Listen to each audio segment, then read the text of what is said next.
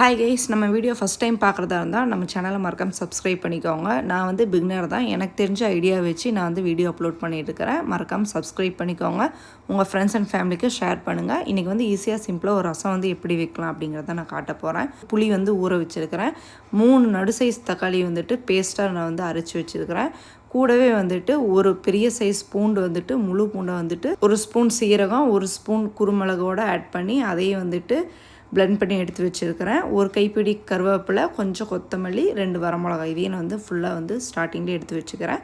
இப்போ வந்து நான் ரசம் வைக்கிற பாத்திரத்தில் கொஞ்சமாக ஆயில் ஆட் பண்ணிக்கிறேன். நான் வந்து கடலெண்ணெய் ஆட் பண்ணியிருக்கிறேன். எண்ணெய் காஞ்சதும் கடுகு போட்டு கடுகு பொரிஞ்சதுமே நான் வந்துட்டு கருவேப்பிலை, வரமிளகாய் ஆட் பண்ணிக்கிறேன்.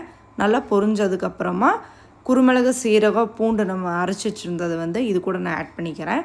ஒரு 2 நிமிஷம் இதில் எண்ணெயில் வந்துட்டு 2 நிமிஷம் ஆட் பண்ணி கொஞ்சம் வதங்கினதுக்கப்புறமா நான் வந்து புளி கரைசலை வந்து இது கூட ஆட் பண்ணிக்கிறேன்.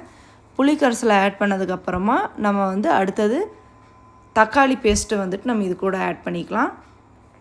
ஆட் பண்ணதுக்கப்புறமா உங்களுக்கு திக்னஸ் எவ்வளோ வேணுங்கிறது பார்த்து நீங்கள் வந்து தண்ணி ஆட் பண்ணிக்கோங்க. ரசம் பொறுத்த வரைக்கும் சலசலன்னு இருக்கும்போது டேஸ்ட் வந்து உங்களுக்கு நல்லாயிருக்கும். இது கூட வந்து பெருங்காயத்தூளும் நான் வந்து கொஞ்சம் கல்லுப்பு வந்து ஆட் பண்ணிக்கிறேன்.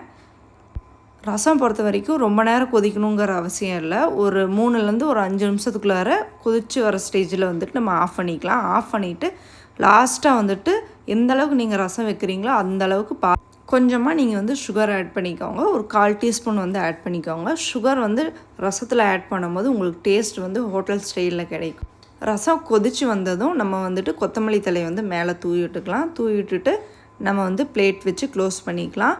இது மாதிரி வேறு என்ன ரெசிபீஸ்லாம் நம்ம வந்து ட்ரை பண்ணலாம் அப்படிங்கிறத நீங்கள் வந்து கமெண்ட்டில் பின் பண்ணுங்கள். நம்ம சேனலை மறக்காமல் சப்ஸ்கிரைப் பண்ணிக்கோங்க. தேங்க்யூ.